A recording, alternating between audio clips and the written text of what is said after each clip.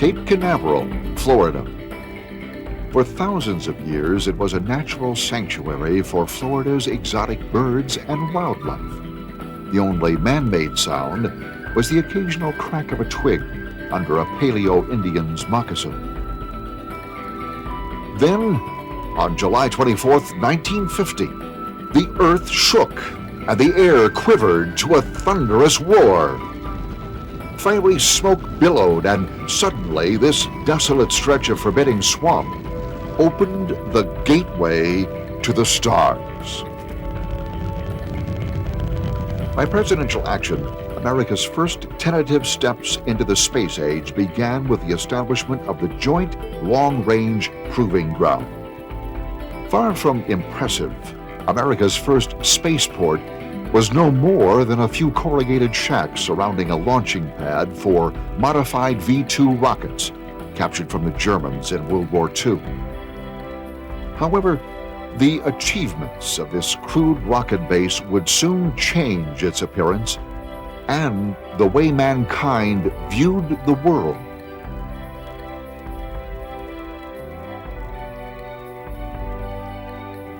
On October 4th, 1957, an object not much larger than a basketball became the catalyst to begin one of the most exciting eras in world history. Sputnik 1, launched from the Soviet Union, spurred the United States Congress to step up the space exploration program, and the space race was on. 4 months after Sputnik, America's first satellite, Explorer 1, sat perched atop a Juno 1 rocket. In a matter of minutes, Explorer 1 was 1,575 miles above the Earth as the free world responded to the Soviet space challenge. The success of Explorer 1 and subsequent launches led to the creation of NASA, the National Aeronautics and Space Administration, dedicated to the peaceful exploration of space. 6 days after the inauguration of NASA, a bold new space initiative was announced, the Mercury Project, a manned spaceflight program. Americans soon had a new word in our vocabulary, astronaut, the daring pioneers who would lead the way into outer space. Dozens of launches followed Explorer 1, each with a larger and more technically advanced payload. As the rockets and systems were being tested and perfected, America's 7 Mercury astronauts were undergoing the most intensive training program ever developed. These men would be faced with challenges that had never been attempted before.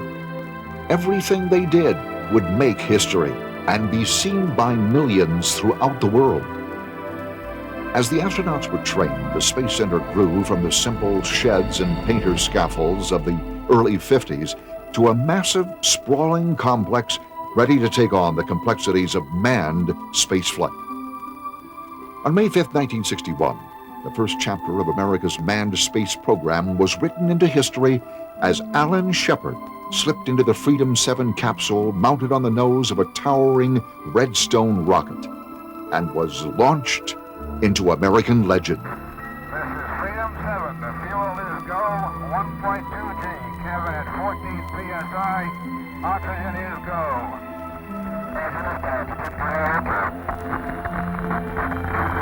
A few days later, President Kennedy made a bold declaration to the nation and the world, a commitment that would put America's scientific strength to the test. I believe that this nation should commit itself to achieving the goal before this decade is out of landing a man on the moon and returning him safely to the earth.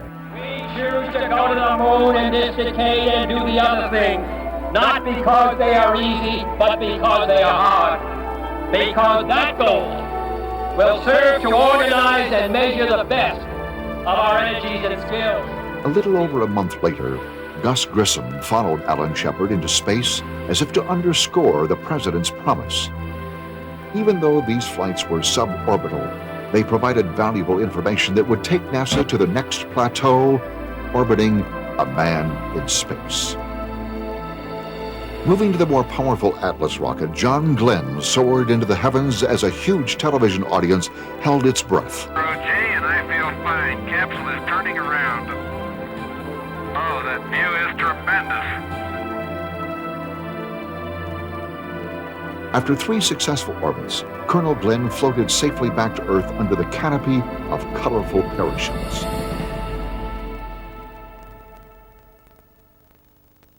The space program was progressing at a remarkable pace, with 3 more orbital flights by Scott Carpenter, Wally Schirra, and Gordon Cooper.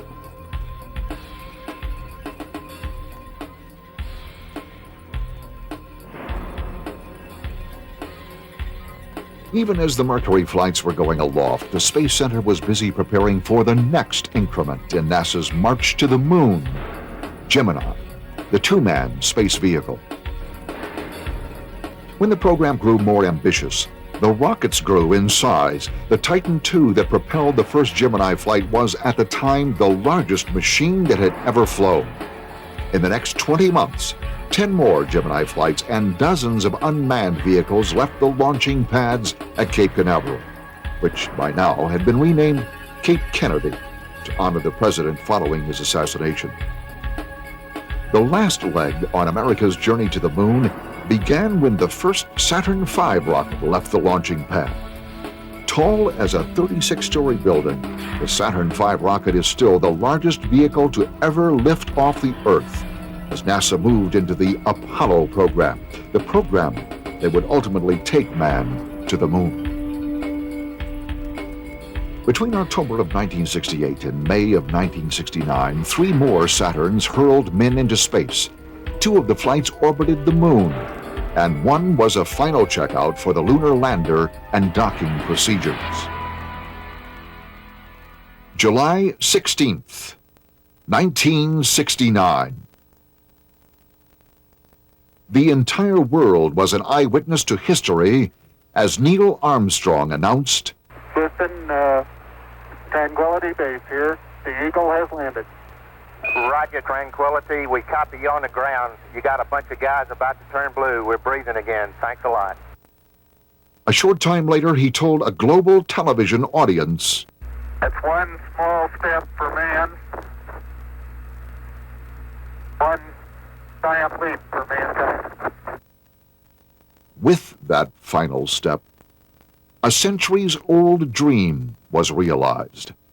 Man was, at last, standing on the moon.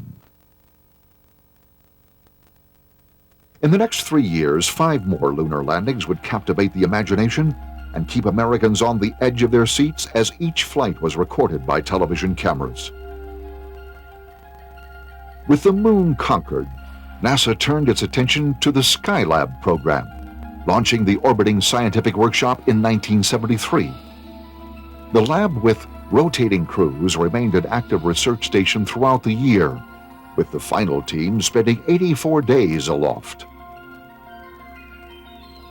In 1975, the joint Apollo-Soyuz mission sent 3 American astronauts and 2 Soviet cosmonauts into orbit for a space rendezvous. While this marked a historic occasion in international cooperation, it was also the final curtain for American space vehicles that would only fly once. While the Mercury through Apollo missions opened the way to space, the cost of expendable spacecraft was staggering. Thus began a program that was every bit as daunting as landing a man on the moon, creating a reusable spacecraft, the Space Shuttle. This meant adopting a different philosophy for space exploration. The new Space Shuttle would be launched like a traditional spacecraft and return to Earth like an airplane. Since the shuttle was the largest manned spacecraft that had ever been launched into orbit, the challenges were formidable. Launch pads had to be modified. A new 3-mile-long landing path, the longest aircraft runway in the world, had to be constructed. And the enormous vehicle assembly building had to be converted to handle the oversized shuttle. The Space Shuttle's first historic flight took place on the 12th of April, 1981. After 24 successful missions involving a fleet of 4 shuttle vehicles, the Challenger, Columbia, Discovery, and Atlantis, tragedy struck in 1986. Shortly after liftoff, the Challenger exploded with the loss of its entire crew. An intensive review of the safety procedures followed to ensure the Challenger tragedy would never be repeated. In 1988, on the 25th anniversary of the nation's spaceport, the shuttle missions resumed. Over the years, the shuttle program has proven its worth time and again through missions launching scientific research, communications, and weather satellites. Astronauts on shuttle spacecraft have repaired malfunctioning multi-million-dollar satellites as they orbited high above the Earth. In other situations, the shuttles have retrieved space instruments so they can be returned to the Kennedy Space Center for repair and subsequently relaunched on another shuttle flight. The program has become an international space resource, launching and servicing satellites and conducting experimentation for dozens of countries. While the eyes of the world have been turned to the Kennedy Space Center's accomplishments in the sky, an equally remarkable story has been unfolding on the ground. Originally, Cape Canaveral was strictly a military and scientific research facility dedicated to exploration of space. However, as the public's interest in the space program grew, the launch sites attracted a large and curious following. To satisfy their desire to see the space program firsthand, the Kennedy Space Center opened its public areas and created exhibits and museums. Now, the Kennedy Space Center draws nearly 3 million visitors every year. It has also expanded its mission to include educating the public about space travel and exploration through dozens of special exhibits and guided tours of the launch and operational facilities. These exciting attractions provide a close-up look at the artifacts of the American space program. Regularly scheduled tour buses take visitors throughout the complex as guides explain the sights seen along the way. A tour frequently begins outside of Spaceport, USA, at the Vertical Rocket Garden. This impressive array of full-size rocketry gives the visitor an idea of the size and scope of the rockets that have taken astronauts and scientific research packages deep into outer space. From an early Juno 1 that first launched tiny satellites into low-trajectory orbits, to the towering Titan that serviced the Gemini program, to the massive multi-stage Saturn V, the rocket that conquered the moon and ferried crews to the orbiting Skylab.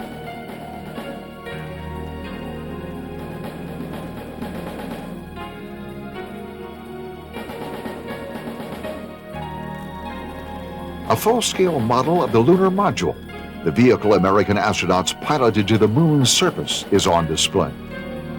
While Hollywood versions of spacecraft usually portray them as sleek and exciting, the lunar module was built strictly for utility and safety, every strut and structure serving a purpose to complete the mission.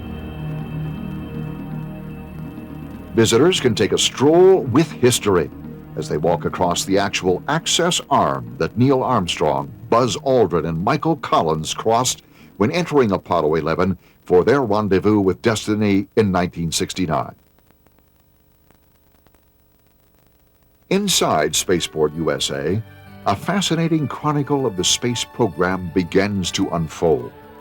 A huge mural depicting pivotal moments in the space program's past and present, along with a look to the future, greets the visitors upon entry.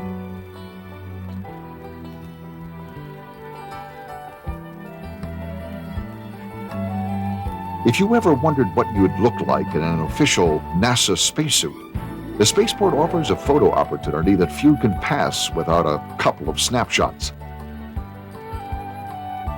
One of the early success stories in the space program was written in the mid-60s with the Telstar communications satellite that linked the United States and Europe with reliable communications.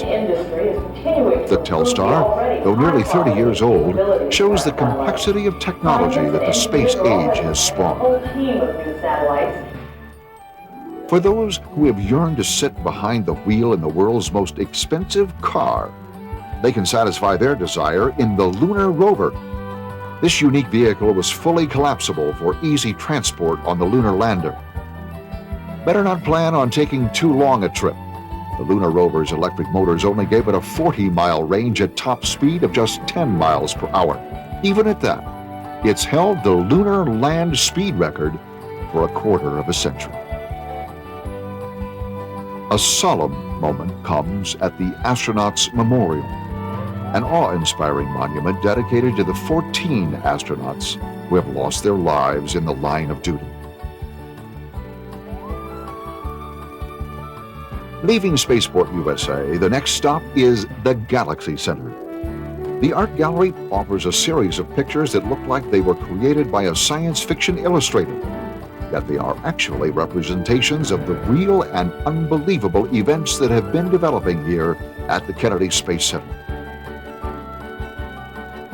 Having seen the massive rockets and equipment that support today's space travelers, it's interesting to inspect the tiny, cramped, pioneering space vehicles of the Mercury program and the only slightly larger Gemini capsule. The actual American spacecraft and a model of the Russian Soyuz module are displayed, depicting the first international cooperative space effort back in 1975. From the outside, the Saturn rocket appears to be simply a gigantic metal tube. Yet a 36-foot cutaway model reveals the complexity of the inner workings of modern rocketry. 1,000,000 times more precious than gold, more valuable than diamonds. That's what's been said of moon rocks. These simple lumps of rock represent millions of man-hours, billions of dollars, and thousands of years of dreaming. While the public displays are fascinating, the heart and soul of the Kennedy Space Center are in the operational areas of the complex. The Kennedy Space Center is dedicated to supporting the manned space projects, with each facility providing a specialized service. The Flight Crew Training Building, once used to prepare the Mercury, Gemini, and Apollo astronauts, now contains a theater featuring a presentation describing the rigorous spaceflight training program.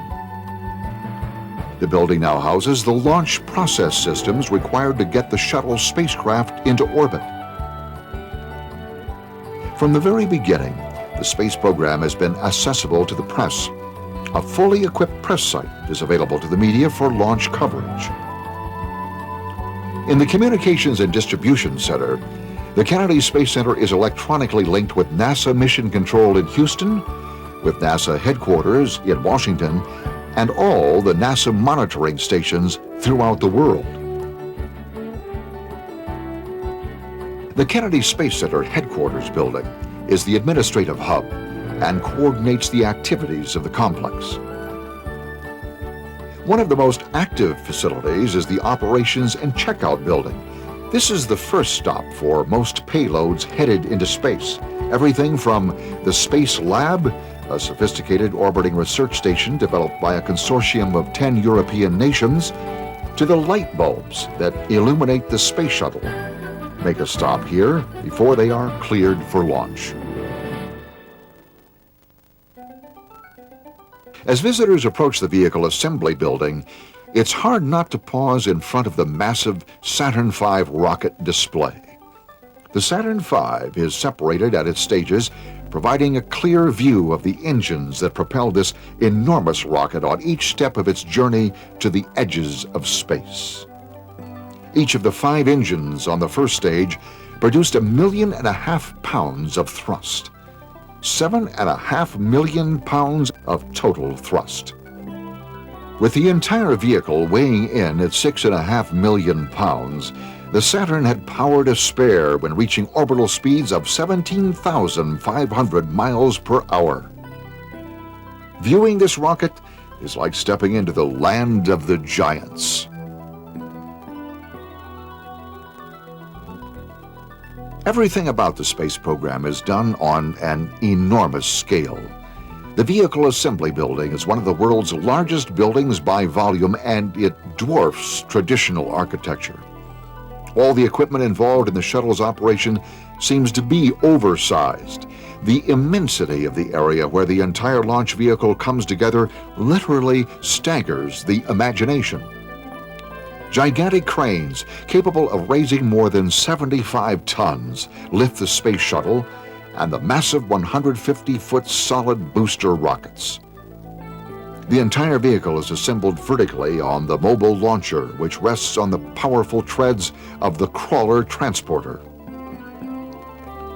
Easily the world's largest land vehicle, the giant crawler transporter is used to move the launch-ready space shuttle from the Vehicle Assembly Building to Complex 39, the launch site for all the Space Orbiter missions. As the orbiter begins its journey to the pad, it passes the Launch Control Center. From this location, every system, instrument, and control on the shuttle is monitored by a primary and backup system. Hundreds of highly skilled people are needed at launch time to keep track of the thousands of bits of data generated by the intricate monitoring systems aboard the shuttle. Once the vehicle travels the 3.5 miles to Launch Pad 39, the magnitude of the facility continues to confound the thinking. The pad is constructed of 68,000 cubic yards of reinforced concrete. To put this in perspective, if this concrete were used to build a dam, it would be one of the 15 largest dams on Earth. From the time of ignition until the vehicle actually lifts off the launch pad, the engines generate thousands of degrees of searing heat. In the few seconds it takes for the engines to come to full power and lift the rocket off the pad, special water jets will spew over 300,000 gallons of water into the firing trough to cool the pad and suppress the sound. This accounts for the enormous billowing plume of steam that accompanies every launch.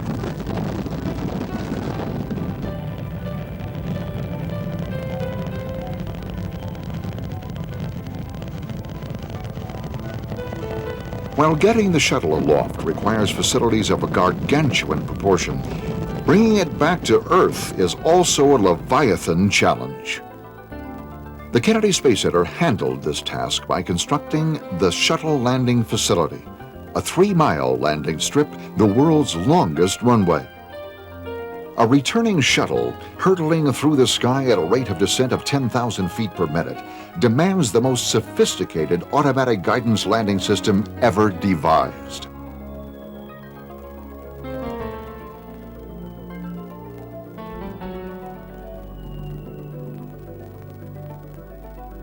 Upon landing, each shuttle is towed 2 miles to Orbiter Processing Facility. In the processing facility, similar to an airplane's hangar, the shuttle is overhauled, repaired, and readied for its next flight to the frontier of space.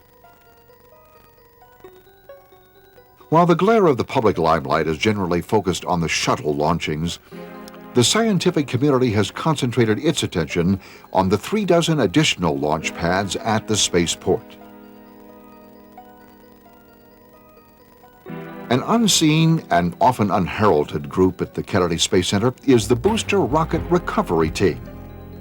Operating on 2 specially outfitted ships, these teams retrieve the booster rockets once they have been jettisoned following liftoff. The expended rockets are taken to the Space Center's disassembly and refurbishment facility, where they are repaired and rebuilt so they can fly again.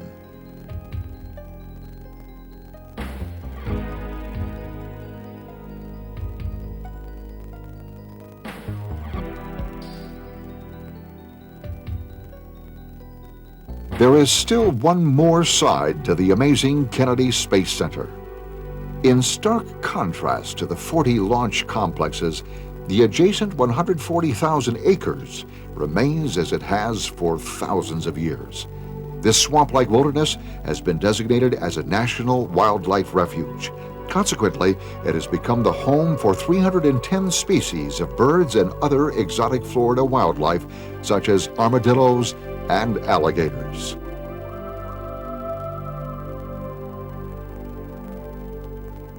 Over the years, the Kennedy Space Center has been the site of history-making events. However, some of the most important contributions have not always made the headlines, but they have made a difference in the lives of millions of people. The space program has been the proving ground for thousands of breakthroughs which have found their way into everyday lives. From miniaturized electronics to medicine to computer science, the new space-age technology has changed the world we live in. Through the efforts at the Kennedy Space Center, mankind no longer stands on the threshold of space. We have now taken our first tentative steps into the worlds beyond the horizon.